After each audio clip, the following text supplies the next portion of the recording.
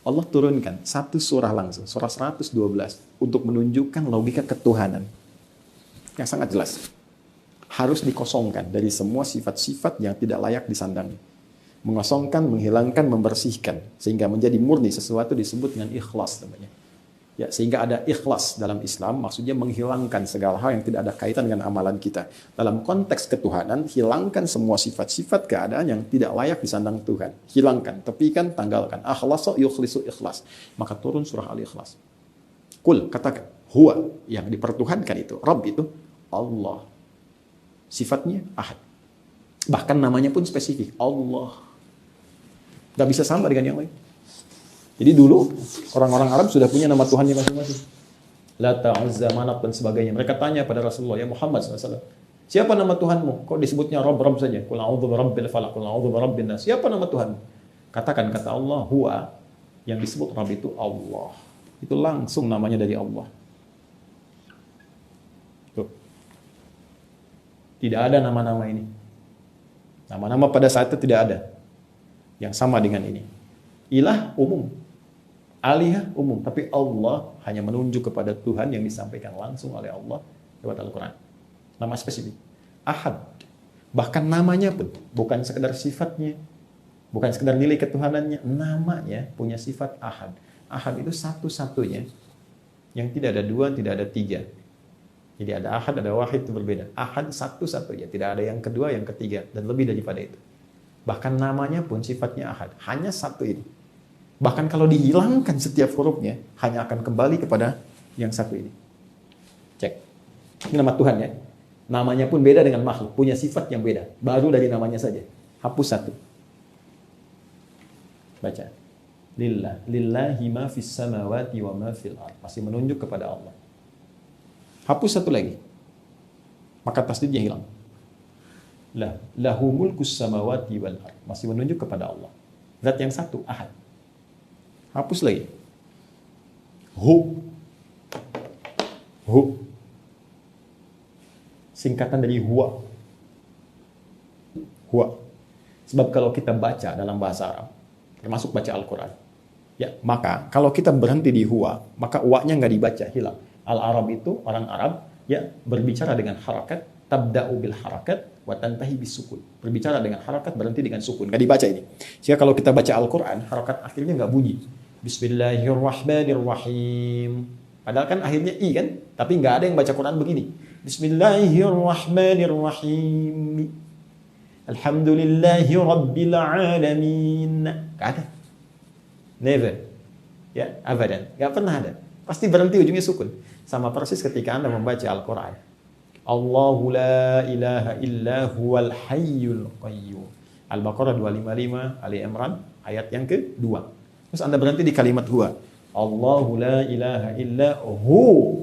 Wa-nya nggak bunyi. Hu ini. Hu kembali ke huwa. Ya. Siapa huwa ini? Balik ke Al-Ikhlas lagi tadi. Kul katakan huwa. Kul katakan Muhammad huwa. Yang dimaksud huwa ini balik lagi Allah. Punya sifat ahad tadi. Anda hapus nih. Sehingga nggak kelihatan sama sekali. Hapus. Hilang kan? Dalam bahasa Arab, yang tidak tampak, tak terlihat disebut dengan ghaib. Al-ghaib. Al-Baqarah ayat 3. Alladzina yu'minuna bil ghaib. Balik lagi kepada Allah. Allah memperkenalkan namanya, bahkan nama Tuhan, yang tidak bisa disandang setiap sifatnya oleh nama makhluk apapun. Silahkan Anda cek, tempatkan di sini semua yang dipertuhankan, nama-namanya, cek di sini. Lalu hilangkan setiap hurufnya. Maka Anda temukan semua kalimat itu tidak akan kembali kepada makna awalnya. Ya, saya nggak akan tuliskan, Anda saja yang mengecek. Teman-teman non-muslim juga boleh membandingkannya sebagai referensi kajian. Ya, kajian. Tidak ada masalah. Ya, saya tidak berusaha untuk menyoal berbagai hal. Kita hanya mendudukkan persoalan sebagai nilai ilmiah untuk dikaji. Sekali lagi, Anda sepakat, Alhamdulillah Anda tanya, kami jawab, kita bisa diskusi. Tapi kalaupun tak sepakat, kita tidak harus mencaci. Anda boleh meyakini apa yang Anda yakini, itu urusan Anda. Ya kan, itu pilihan Anda. Dan semua kita akan bertanggung jawab di hadapan pencipta utama Allah Subhanahu wa taala. Jadi tetap kita saling menghormati, tetap kita saling menghargai, tetap kita bisa saling menyayangi dalam konteks kehidupan berbangsa, bernegara, bermasyarakat. Tapi untuk ini, karena keyakinan yang paling mula, kita mesti mendapatkan nilai kebenaran yang bisa diuji. Sekarang silahkan tempatkan. Beda, saya manusia. Sekarang lihat sini. Adi. Hapus 1. Nih. Apakah kembali kepada saya? Tidak. Ade, angkatan darat. Hilangin 1 lagi. A. Tuh. Nah, nggak ada. Hilangin 1. Meninggal. Anda duluan. Hilang kan maknanya. Sekarang silakan cek, itu baru nama teman-teman, belum yang lainnya. Nah, maka kembali ke sini. Apa hikmah kemudian tadi? Dimunculkan kalimat wa ma unzila min qablik. 1, untuk menyampaikan nilai kehidupan yang bertoleransi. Kita bersaudara. Silakan. Dari rumpun satu generasi yang sama ke atas. Maka jangan sampai kemudian terjadi perselisihan dalam kehidupan berbangsa, bermasyarakat. Kita tinggal di Indonesia, tidak semua tetangga itu Islam semua. Ada yang Kristen tetangga kita. Ada yang Hindu, ada yang Buddha. Kan? Saling menghormati. Bisa jadi saling berbagi. Ini situasi COVID, pandemi, ada kelebihan yang Muslim bagi, jangan sampai dilewat. Bayangkan keindahan Islam. Orang Islam punya makanan, baunya nyampe ke tetangga. Kata Nabi, bagi tetangga itu. Walaupun cuma kuahnya. Tapi jangan salah baca ya. Jangan Anda masuk kuahnya dibagi. Bukan. Maksudnya kalau Anda bikin kuahnya aja pun bagi. Jangan salah persepsi gitu orang nyium baunya. Ya. Tapi apakah pernah di redaksi itu ada muncul kalau tetangga Anda Islam? Tidak. Mungkin Anda tinggal di tempat yang ada minoritas. Ya, mungkin teman-teman yang di Amerika, di mana kan banyak kan tetangganya non-Muslim. Anda masak, bagi, sampaikan. Jangan sampai dilewat, karena nggak pernah ada redaksi dalam hadis mengatakan kalau tetangga Anda Islam saja. Tidak. Anda sampaikan pada yang Muslim, Pak Ahmad, Pak Soleh, itu kan Ibu Aisyah. Satu tetangga Anda lewat misalnya. Ya. Terus dia ngelihat Anda bagi-bagi. Bapak kayaknya itu enak ya. Iya Bu, enak, cuman sayang Ibu kafir. Oh, Masya Allah. Tidak. Kita berbagi, nggak ada masalah. Ya.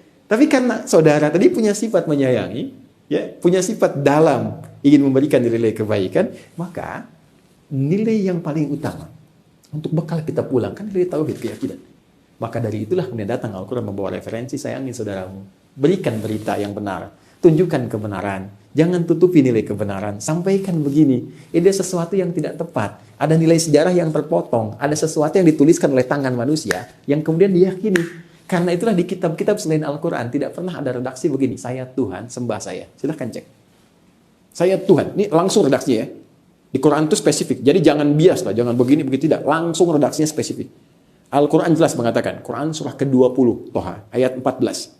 Allah pede langsung mengatakan, yakin betul, kalimat tegas. Innani anallah. Pakai taukid, saya Allah. Bahkan taukid itu penguat, saya benar-benar Allah. La ilaha illa ana, nggak ada Tuhan selain saya. Fa'budni, sembah saya. Silahkan cari kalimat ini di kitab manapun. Demi Allah saya katakan, Anda tidak akan temukan. Karena fitrah manusia dengan kemanusiaannya tidak akan pernah mengatakan saya Tuhan. Karena akan ada penghambat dalam jiwanya bahwa dia bukan Tuhan. Pada akhirnya, semua akan dikonfirmasi. Al-Quran memberikan berita saat pulang kepada Allah, pencipta utama, semua yang diklaim, semua yang diyakini ini akan dipertanggungjawabkan.